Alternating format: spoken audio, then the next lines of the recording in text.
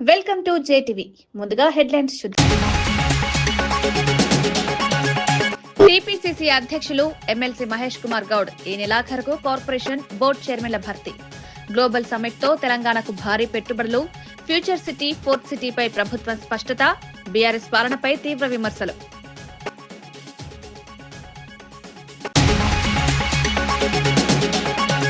పద్దెనిమిది నెలల్లో 25 లక్షల కోట్లు. రాష్ట్రానికి పెట్టుబడులు వరదలా వస్తున్నాయన్న కాలవ శ్రీనివాసులు. రాష్ట్రంలో 26 లక్షల ఉద్యోగావకాశాల కల్పన. పెట్టుబడుల ఆకర్షణలో నారా లోకేష్ కీలక పాత్ర అని వెల్లడి.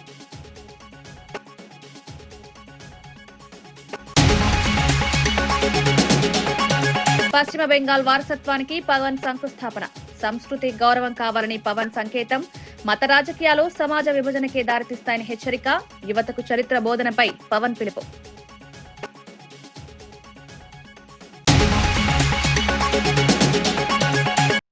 సిరిసిల్ల జిల్లా బీఆర్ఎస్ కార్యాలయంలో ఆటో డ్రైవర్లతో ఆత్మీయ భరోసా కార్యక్రమం నిర్వహించిన బీఆర్ఎస్ వర్కింగ్ ప్రెసిడెంట్ కేటీఆర్ డ్రైవర్లకు ప్రమాద బీమా, భద్రతా బ్యాండ్లను అందజేశారు. ఆటో డ్రైవర్లు ఎదుర్కొంటున్న సమస్యలు, అప్పుల భారాలు, పెరుగుతున్న నిర్వహణ వ్యయాలపై ప్రభుత్వం నిర్లక్ష్యం చూపుతుందని కేటీఆర్ తీవ్ర విమర్శలు చేశారు. 420 హామీలిచ్చి ప్రజలను మోసం చేసినట్లు కాంగ్రెస్ ప్రభుత్వంపై ఆరోపిస్తూ ఆటో డ్రైవర్లకు 1560 కోట్ల బకాయి ఇప్పటికీ క్లియర్ కాలేదన్నారు. రాష్ట్రంలో ఆటో డ్రైవర్లు ఆత్మహత్యలు చేసుకున్న ఘటనలు కలిచివేస్తున్నాయని, వారి కుటుంబాలకు కనీసం 10 లక్షల పరిహారం ప్రకటించాలని ప్రభుత్వాన్ని కోరారు. బీఆర్ఎస్ ప్రభుత్వం ఉన్నప్పుడు డ్రైవర్లకు అనేక శ్రేయోభిలాష పథకాలు అమలయ్యాయని, ఇప్పుడు డ్రైవర్ల సమస్యలు రెట్టింపయ్యాయని అన్నారు. రెండేళ్లకి ఎంత అవుతుంది? 1560 కోట్లు. ఇలా ఆటో అన్నలకు రాష్ట్రంలో రేవంత్ రెడ్డి ఎంత బాకీ ఉన్నాడు? 1560 కోట్లు బాకీ ఉన్నాడు. యాది పెట్టుకోరు మీరు. కాంగ్రెస్ వాడు మళ్ళా ఓటాడితే చెప్పాలి, బిడ్డ బాకీ ఉన్నావు, అదేవాడు కడతాడు రా అని అడగాలి. ఒక్కొక్క ఆటో మీద ఎంత బాకీ ఉన్నాడు? రెండేళ్లకు 24,000, నెలకు 1000 రూపాయల చొప్పున 24,000 రూపాయలు బాకీ ఉన్నాడు. రేవంత్ రెడ్డి ఏమనుకుంటాడు ఎరికేనా? నాకు ఎరికే. ఏమనుకుంటాడు అంటే, వీళ్ళంతా అమాయకులు, ఆఖరికి ఒక 6 నెలలకి ఇత్త అయిపోయాక ఇప్పటి నుంచి ఎందుకు, ఆఖరి 6 నెలలకి ఇత్త అన్ని మర్చిపోతారు మనోళ్ళు. అప్పుడే బుస్సుమంటారు, అప్పుడే తుస్సుమంటారు. ఏం కాదు, ఆఖరి 6 నెలలు ఇచ్చి నేను మాయ చేస్తా, మాయ చేసి మళ్ళా డైలాగులతోని నేను మళ్ళా గెలుచుకొని వస్తా అనే ధీమా మీద ఆయన ఉన్నాడు. ఆడపిల్లల్ని అట్లే మోసం చేసిండు, మిమ్మల్ని మోసం చేసిండు. ఇంకా గమ్మతేం తెలుసా? ఆటో సంక్షేమ బోర్డు అన్నాడు, నెలకు 1000 రూపాయలు అన్నాడు. కానీ కేసీఆర్ గారు 13.5 లక్షల మందికి ఆటో డ్రైవర్లకు, అదే విధంగా మిగతా రంగాల్లో ఉండే అసంఘటిత రంగంలో ఉండే డ్రైవర్లకు ప్రమాద బీమా తెస్తే దాన్ని కూడా ఊడగొట్టిండు. ఇలా మీకు బీమానే లేదు. అందుకే పోయినసారి సతీష్ ఆత్మహత్య ప్రయత్నం చేసినప్పుడు ఎల్లారెడ్డిపేటలో ఆ అశ్విని దవాఖానకు పోతే అక్కడ బయటకు వచ్చినాక నేను ఆగన్నకు, మన రామ్మోహన్ కు, మనోళ్ళందరికీ చెప్పి, అట్లా కాదు, మనమన్నా చేద్దాం, ఈ ప్రభుత్వానికి సిగ్గు రావాలి, వీళ్ళకి నిజంగా సిగ్గు లేదు, ఉన్నది కూడా ఊడగొట్టిండి ఈయన అని చెప్పి ఆలోచించి లెక్కలు తీయమని తీస్తే మనోళ్ళు ఏం చెప్తున్నారంటే, దగ్గర దగ్గర 7 నుంచి 8 వేల మంది ఆటో డ్రైవర్లు ఉంటారు మన రాజన్న సిరిసిల్ల జిల్లాలో అని చెప్పిండ్రు. నేనేం చెప్పినా అంటే, ఒక ప్యాసింజర్ ఆటోనే కాదు, ట్రాలీ ఆటో ఉండొచ్చు, లేదా ఇంకొక మాట కూడా నేను మీకు ఇస్తా ఉన్నా ఈరోజు. ఒక ప్యాసింజర్లు మాత్రమే కాదు, ప్యాసింజర్ ఆటోలు మాత్రమే కాదు, ట్రాలీ ఆటోలు గాని, వ్యాన్లు గాని, అట్లాగే జీపులు గాని, లారీలు గాని, టాక్సీలు గాని, ట్రాక్టర్లు గాని, వాళ్ళ లిస్టు కూడా తీయండి. వాళ్ళకు కూడా సంక్రాంతి వరకు వాళ్ళందరూ కూడా ఇన్సూరెన్స్ చెప్పిద్దామని చెప్పి కూడా నేను మీకు విజ్ఞప్తి చేస్తా ఉన్నా. చాలా చాలా చాలా సంతోషం, మంచిగా అనిపించింది. లక్ష్మీనరసింహారావు గారు మాట్లాడితే వారు అన్నారు, వాళ్ళకు ఆరోగ్య సమస్య వస్తే నేను కార్డు ఇస్తా, మా కరీంనగర్లో మా చెల్మేడ ఆనందరావు దవాఖాన ఉంది, ఆ దవాఖానాలో ఉచితంగా వైద్యం ఇప్పిస్తా అన్నారు. వారికి కూడా గట్టిగా సపట్లు కొట్టి ఒకసారి అభినందనలు చెప్పాలని చెప్పి కూడా నేను కోరుతా ఉన్నా. ఈ రోజు మనం రాజన్న సిరిసిల్ల జిల్లాలో తీసుకున్న ఈ కార్యక్రమం నాకు తెలిసినంత వరకు ఇంతకుముందు రాంబాబు యాదవ్ గారు చెప్పినట్టు ఒక 10 మందికి ఆలోచన కలిగిస్తుంది, 10 మందికి ప్రేరణ కలిగిస్తుంది, మిగతా జిల్లాలో కూడా కదలిక వస్తుందని చెప్పి నేను ఆశిస్తా ఉన్నా. పుట్టలో వెలుగులోకి వచ్చిన మత్తు ఇంజెక్షన్ల కేసు సంచలనం రేపుతోంది. ఈ కేసులో ఇప్పటి వరకు 2 డాక్టర్లు, ఒక వార్డ్ బాయ్ ను పోలీసులు అరెస్ట్ చేసినట్లు వెల్లడించారు. అనుమానాస్పద స్థితిలో 2 మృతదేహాలు లభించడంతో కేసు బయటపడింది. సైంటిఫిక్ ఇన్వెస్టిగేషన్ నిర్వహించిన అధికారులు మత్తు ఇంజెక్షన్ వల్లే మరణాలు సంభవించాయని నిర్ధారించారు.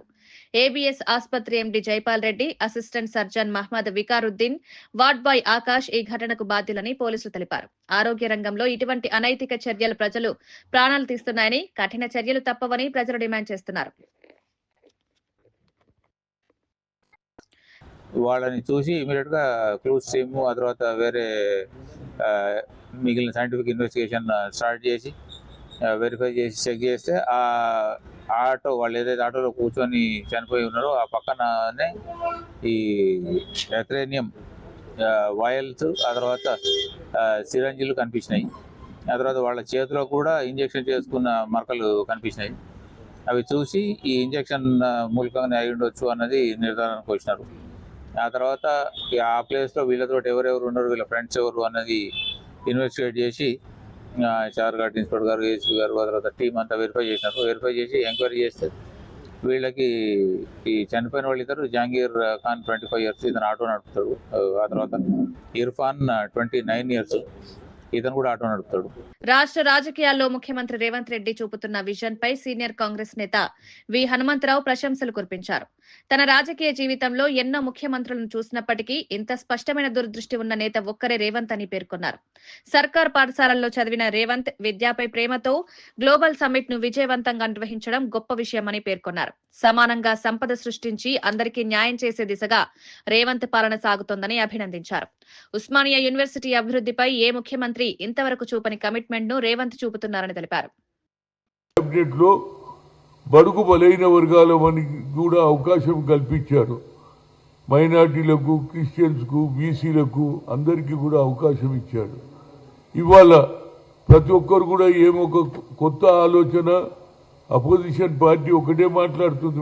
మాట్లాడితే ఆయనకు విజన్ లేదు, ఆలోచన లేదు, చదువు లేదు అని అంటుంటే ఆయన ఏమన్నాడు, నేను సర్కారు స్కూల్లో చదివినా, పేదరికంలోకి వెళ్ళి వచ్చినా, కానీ నాకు ఒక విజన్ ఉన్నది. ఆ విజన్ ఏమిటంటే ప్రతి ఒక్కరు కూడా చదవాలి, ప్రతి ఒక్కరు కూడా ఇతర దేశాలతో కాంపిటీషన్ చేయాలి అనే ఆలోచనతో ఇవాళ global summit, rising global summit తెలంగాణలో మాట్లాడడం, అందులో ఏది రిజర్వ్ బ్యాంక్ ఆఫ్ ఇండియాలో రిజర్వ్ బ్యాంక్లో పనిచేసినటువంటి సీనియర్ ఆఫీసర్స్, అదేవిధంగా ఇతర దేశాలలో ఎక్స్పర్ట్స్ కూడా అందరూ కూడా అప్రిషియేట్ చేశారు. ఎందుకు అప్రిషియేట్ చేశారు? ఆయన విజన్ ఒకటి ఉన్నది. మన తెలంగాణ ఇచ్చినటువంటి సోనియా గాంధీ ఈ ప్రజలకు ఏమన్నా చెయ్యాలనే తపన, పట్టుదల ఆయనలో కనిపించింది. అదేవిధంగా ఉస్మానియా యూనివర్సిటీకి ఎప్పుడో మర్చిపోయారు. అది ఇవాళ 100 ఏళ్ళు దాటినా దానికి సరి అయిన నిధులు ఇవ్వకుండా ఇవాళ బిల్డింగులు కూలిపోతున్నాయి. కొన్ని దగ్గర హాస్టల్ ఫెసిలిటీస్ బాగలేవు. అయినా వీటినన్నిటిని బాగు చేయడానికి ఆయన ఒక ఏది ఆలోచన కాకుండా ఆలోచనతో పాటు ఒక విజన్తో ఆయన ఇవాళ హాస్టల్ని ఏ విధంగా పెద్ద పిల్లలు చదువుకున్నటువంటి వాళ్ళు, అదేవిధంగా ఆయనకి ఇంకొక ఆలోచన వచ్చింది. ఎంతసేపటికి ఎస్సీ హాస్టల్ వేరు, బీసీ హాస్టల్ వేరు. ఇది ఎన్ని రోజులు ఈ మనమే ఎస్సీలను సెపరేట్ చేసి బీసీలను సెపరేట్ చేస్తే ఎట్లా, అందరు కూడా ఒకటే స్కూల్లో చదవాలని ఒక్కొక్క స్కూల్కు ఒక్కొక్క జిల్లాలో ఒక్కొక్క మండలాలలో ఏది 20 నుంచి 25 కోట్లు పెట్టి మంచి చదువు చదివించాలి అనేది ఆలోచన. దాంతోపాటు స్కిల్ డెవలప్మెంట్ కూడా చేయాలని ఎక్స్పర్ట్స్ని పిలిచి ఆ ఎక్స్పర్ట్స్ తోటి స్కిల్ డెవలప్మెంట్ చేస్తే వాళ్ళకి ఫ్యూచర్ ఉంటుంది అనేది ఆలోచన చేశాను. నేను గత 45 ఏళ్ల నుంచి రాజకీయంలో ఉన్నా, కానీ ఏ ముఖ్యమంత్రి కూడా ఏది ఉస్మానియా యూనివర్సిటీ మీద అంత శ్రద్ధ, ఆ పాతదే నడుస్తున్నది, దాన్ని వల్ల ఒక కొత్త రూపం ఇచ్చి మన తెలంగాణ ప్రజలకు న్యాయం చేయాలి, విద్యార్థులకు న్యాయం చేయాలి. వాళ్ళు కూడా గతంలో ఉస్మానియాలో చదివినటువంటి వాళ్ళు ఇతర దేశాలలో పెద్ద పెద్ద పోస్టులు వచ్చింది. అదేవిధంగా ఇక్కడ ఏది ఫైనాన్స్లో గవర్నర్లు అయ్యారు. వాళ్ళందరికీ సమానంగా చేయాలనేది దీని ఆలోచన.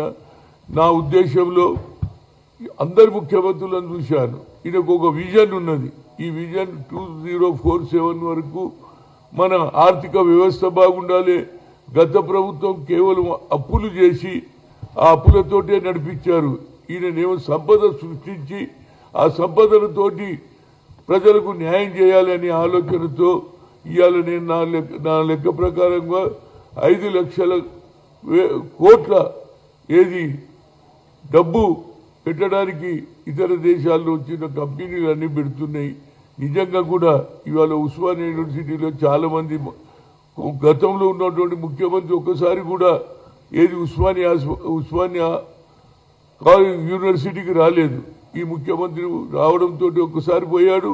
ఇవాళ వచ్చి నేను ఇచ్చిన మాట తప్పకుండా 1000 కోట్లు ఇచ్చా. అంటే ఇది కమిట్మెంట్, పట్టుదల. ఈ పట్టుదలతో పనిచేస్తున్నటువంటి ముఖ్యమంత్రికి నిజంగా నేను ఆయన 2 స్పీచ్లు విన్నా. అక్కడ ఉన్నటువంటి ఎక్స్పర్ట్స్ కూడా ఏది రేవంత్ రెడ్డిని అప్రిషియేట్ చేశారు. కనుక ఇక్కడ ఉన్నటువంటి పొలిటికల్ పార్టీలు ఈయనకు విజనే లేదు, డబ్బులు రానే రావు అని ఇంకో మాట మాట్లాడుతున్నారు. అదే ఆయనకు విజన్ ఉన్నదిరా బాబు. జీహెచ్ఎంసీ విస్తరణపై రాష్ట్ర బీజేపీ అధ్యక్షుడు రామచంద్రరావు ఘాటుగా స్పందించారు.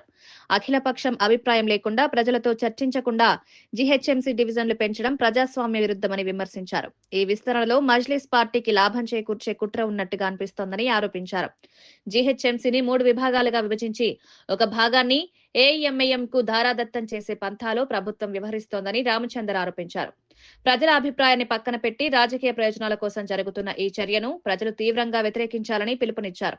విలీనమైన కొత్త ప్రాంతాల ప్రజలు కూడా తమ సమస్యలు పట్టించుకొని ఈ వ్యవస్థను అడ్డుకోవాల్సిన సమయం వచ్చిందన్నారు.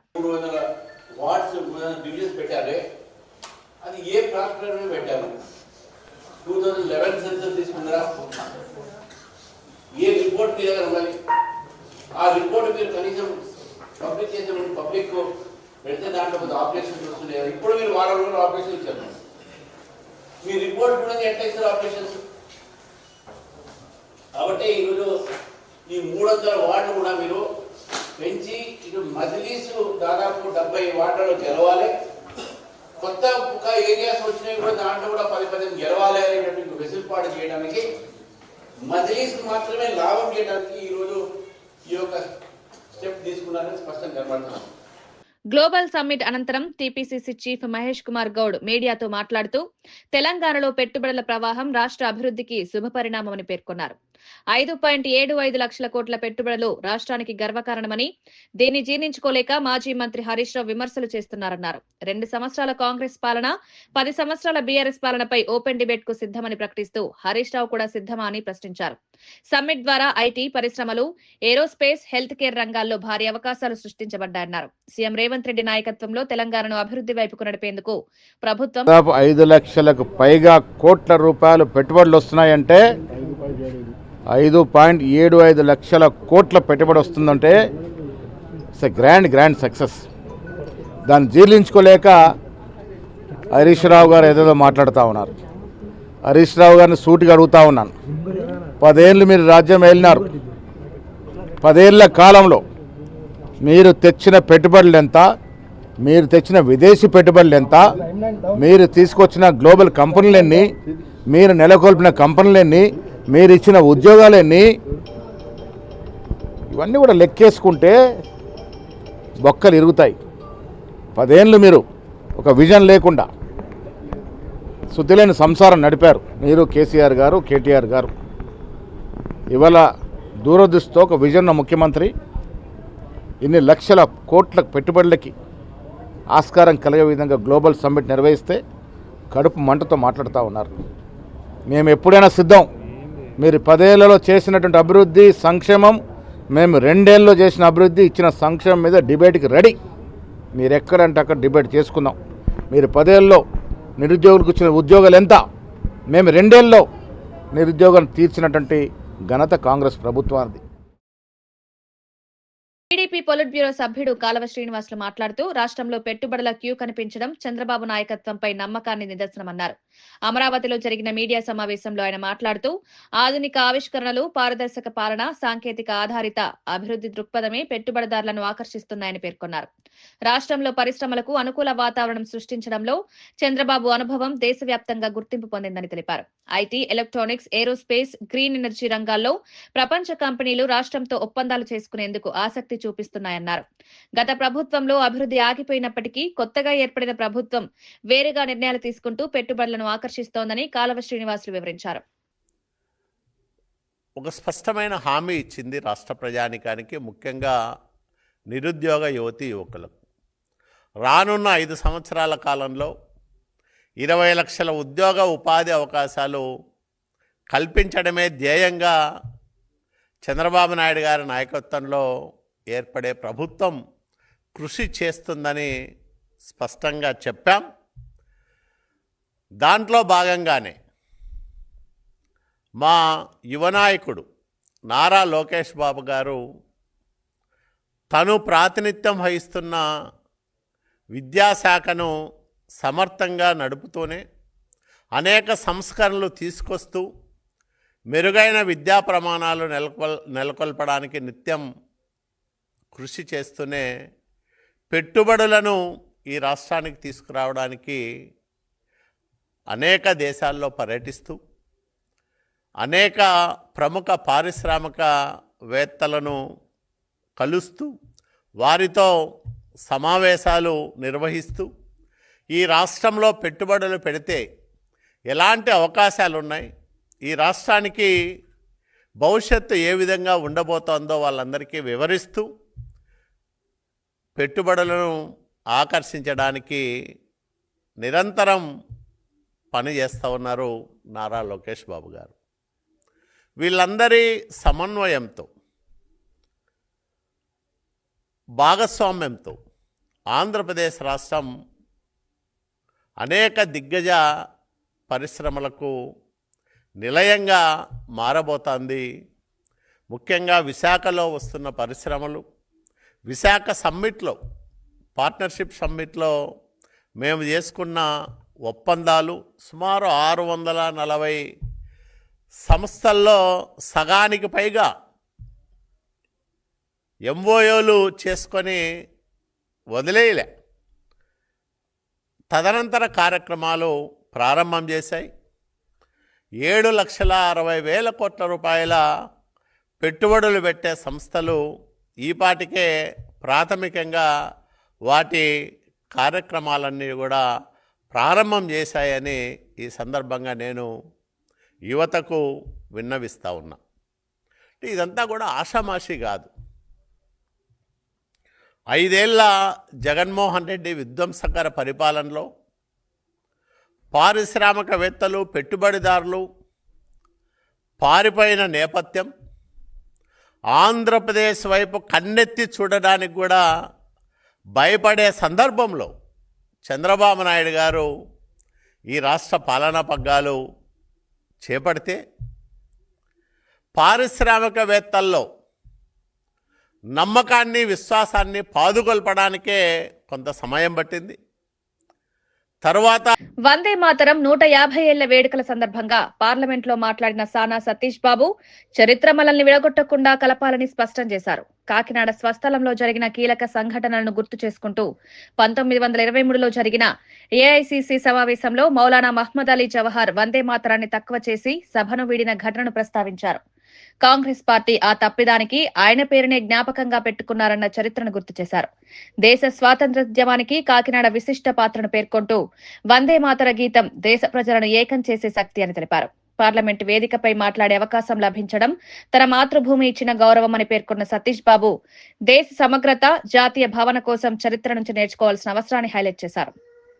గీతాన్ని ఏ మతానికి ప్రాతిపదించలేదు. పదార్థంలో ఉన్న భారతదేశానికి ఒక ఆత్మ ఇచ్చారు. వందే మాతర గీతం మాతృభూమిని తల్లిగా చూసే భారతీయ భావనకు ఇది ప్రతీక. వైస్ చైర్మన్ సార్, ఇక్కడ ఒక ప్రత్యేక విషయం చెప్పాలి. సరిగ్గా 102 ఏళ్ల క్రితం నవంబర్ 28, 1923లో నా స్వస్థలమైన కాకినాడలో ఒక దురదృష్టకరమైన సంఘటన జరిగింది. అక్కడ భారతీయ జాతీయ కాంగ్రెస్ వారు ఏఐసిసి సమావేశాలు పెట్టడం జరిగింది. అక్కడ ఆ సమావేశంలో వందే మాతరం గీతాన్ని బహిష్కరించాలని చెప్పేసి అప్పటి భారతీయ జాతీయ కాంగ్రెస్ అధ్యక్షుడు మౌలానా మహ్మద్ అలీ జవహర్ ఆ సభ నుండి వాకౌట్ చేశారు.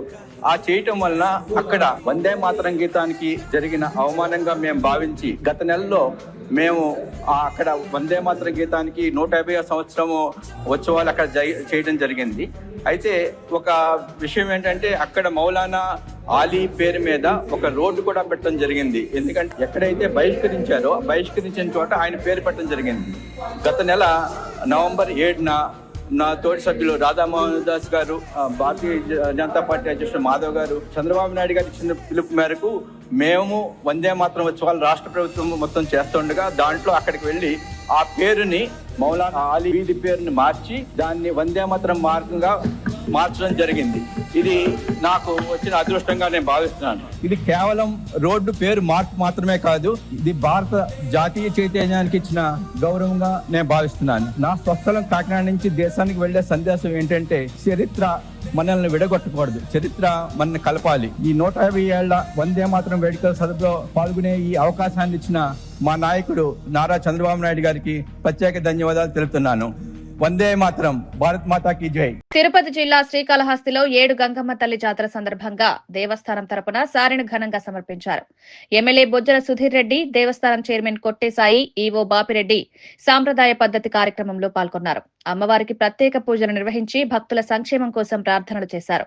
ప్రతి ఇంట్లో సంప్రదాయాలు, సంస్కృతిని కొత్త తరాలకు పరిచయం చేయాల్సిన అవసరం ఉందని ఎమ్మెల్యే సుధీర్ రెడ్డి పేర్కొన్నారు. గంగమ్మ తల్లి కరుణతో ప్రజలు సుఖ సంతోషాలతో ఉండాలని ఆకాంక్షించారు. జాతరలో భక్తుల రద్దీ భారీగా ఉండడం, దేవస్థానం అధికారులు అన్ని ఏర్పాట్లు సక్రమంగా నిర్వహించారు. ఈ వేడుక స్థానిక ఆధ్యాత్మిక, సాంస్కృతిక సంప్రదాయాలకు ప్రత్యేకగా మరోసారి నిలిచింది. మేమంతా కోరింది ఒకటి, శ్రీకాళహస్తిలో ఉన్న అందరూ హాయిగా ఉండాల. పార్టీలకు అతీతంగా, కులమత భేదాలకు అతీతంగా అందరూ కూడా అమ్మవారి ఆశీస్సులు తీసుకుంటూ అందరూ ఉండాల. పైగా ఇక్కడ మీరు గమనించాల్సింది ఒకటి, ఒక రూరల్ కల్చర్ ఏ రకంగా ఉంటుందో ఇది కూడా మనం మన పిల్లలకు కూడా నేర్పించాల్సిన అవసరం ఉంది. ఎందుకంటే మన పిల్లలు సిటీలో వెరులో ఉండే దీనిలో ఇవన్నీ జాతర అంటే ఏంటి, అసలు మనకి 7 గంగమ్మలు అంటే ఏంటి, అసలు సారీస్తే ఏంటి, అసలు పసుపు నీళ్ళు కాళ్ళకి బొట్టు పట్టే కల్చర్ ఏంటి, ఇవన్నీ కూడా మన పిల్లలు కూడా మనం చెప్పుకుంటూ పోవాలి.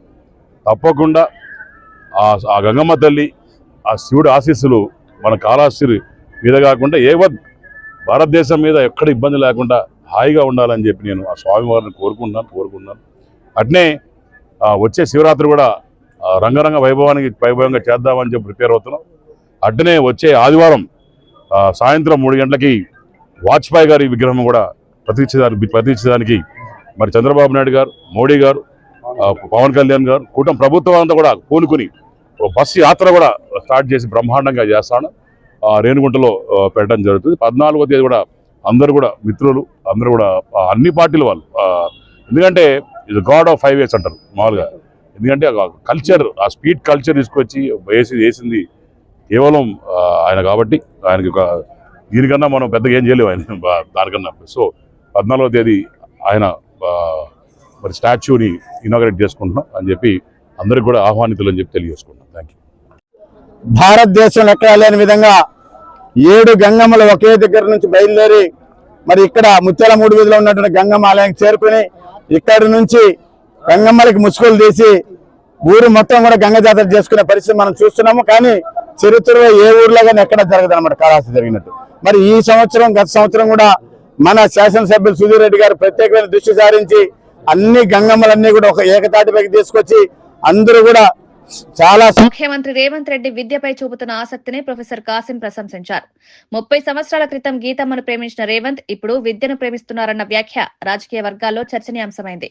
చదువు విలువ తెలిసిన నాయకుడు రాష్ట్రాన్ని మారుస్తారని కాసిం అభిప్రాయపడ్డారు.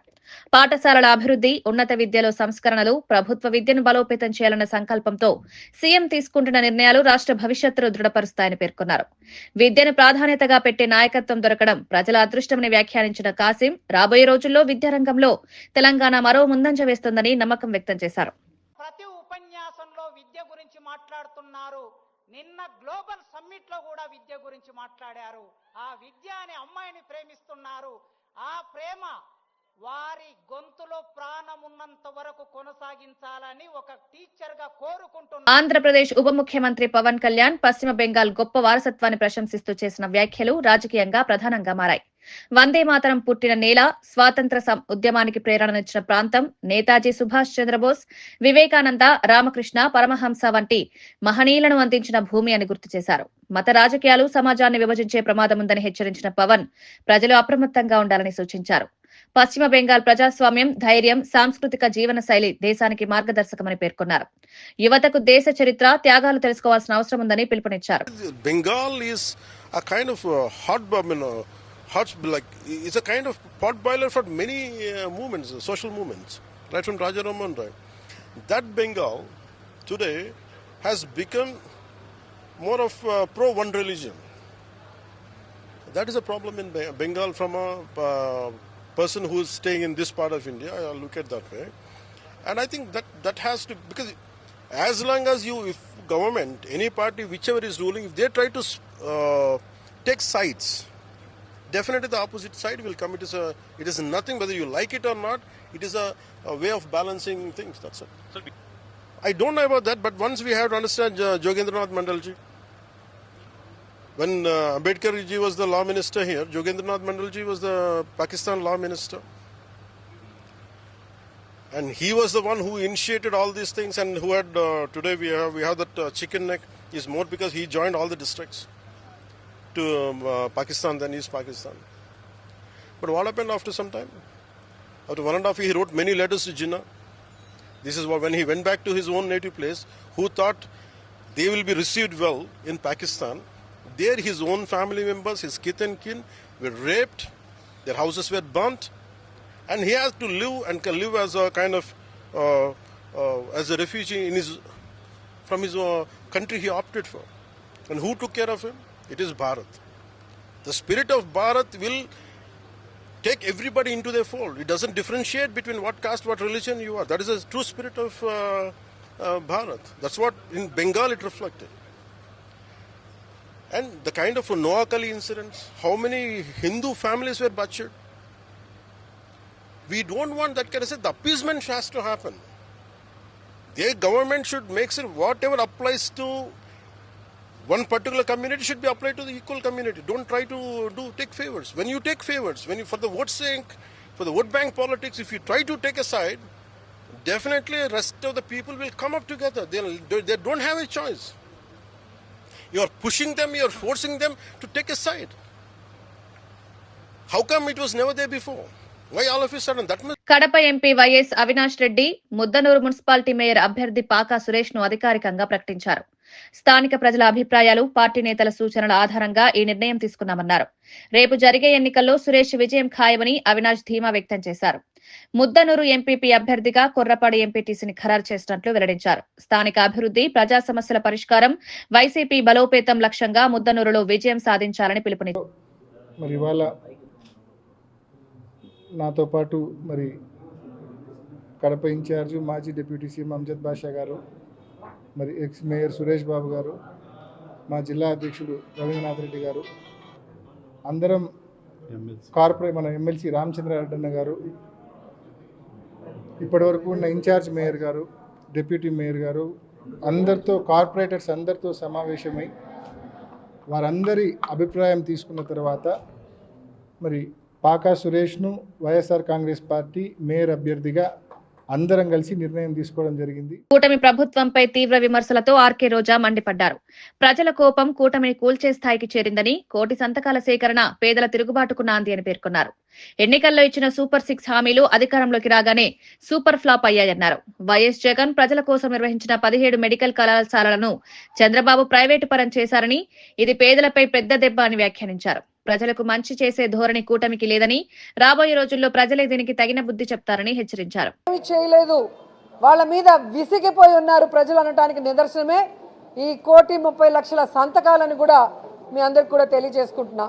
ఎందుకంటే చంద్రబాబు నాయుడు ఎన్నికల్లో రావడానికి ముందు జగన్మోహన్ రెడ్డి గారు ఇచ్చేవి అన్నీ కూడా ఏ కోత లేకుండా ఇస్తాను, అవి కాకుండా మరి మెడికల్ కాలేజీలు పూర్తి చేస్తాను, పోర్టులు పూర్తి చేస్తాను, ఇంకా సూపర్ 6 అయితే సూపర్గా చేస్తాను అన్నాడు. కానీ ఈరోజు సూపర్ ఫ్లాప్గా ఏదీ చేయకుండా కేవలం దాచుకోవడం ఉన్న వాటిని బినామీలకి కట్టబెట్టి ఈరోజు లాభాలు సంపాదించుకొని తనకు తాను సంపద సృష్టించుకుంటున్నాడన్న విషయాన్ని ఈరోజు అందరూ కూడా గమనించారు. వార్తలు ముగించే ముందు ముఖ్యాంశాలు మరోసారి. టీపీసీసీ అధ్యక్షులు ఎమ్మెల్సీ మహేష్ కుమార్ గౌడ్ ఈ నెలాఖరుకు కార్పొరేషన్ బోర్డు చైర్మన్ల భర్తీ. గ్లోబల్ సమ్మిట్ తో తెలంగాణకు భారీ పెట్టుబడులు, ఫ్యూచర్ సిటీ, ఫోర్త్ సిటీపై ప్రభుత్వం స్పష్టత, బీఆర్ఎస్ పాలనపై తీవ్ర విమర్శలు.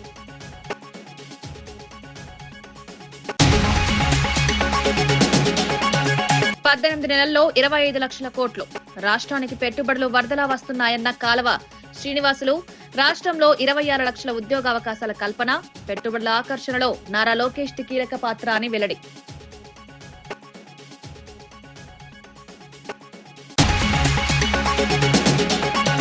పశ్చిమ బెంగాల్ వారసత్వానికి పవన్ శంకుస్థాపన. సంస్కృతి గౌరవం కావాలని పవన్ సంకేతం. మత రాజకీయాలు సమాజ విభజనకే దారితీస్తాయని హెచ్చరిక. యువతకు చరిత్ర బోధనపై పవన్ పిలుపు.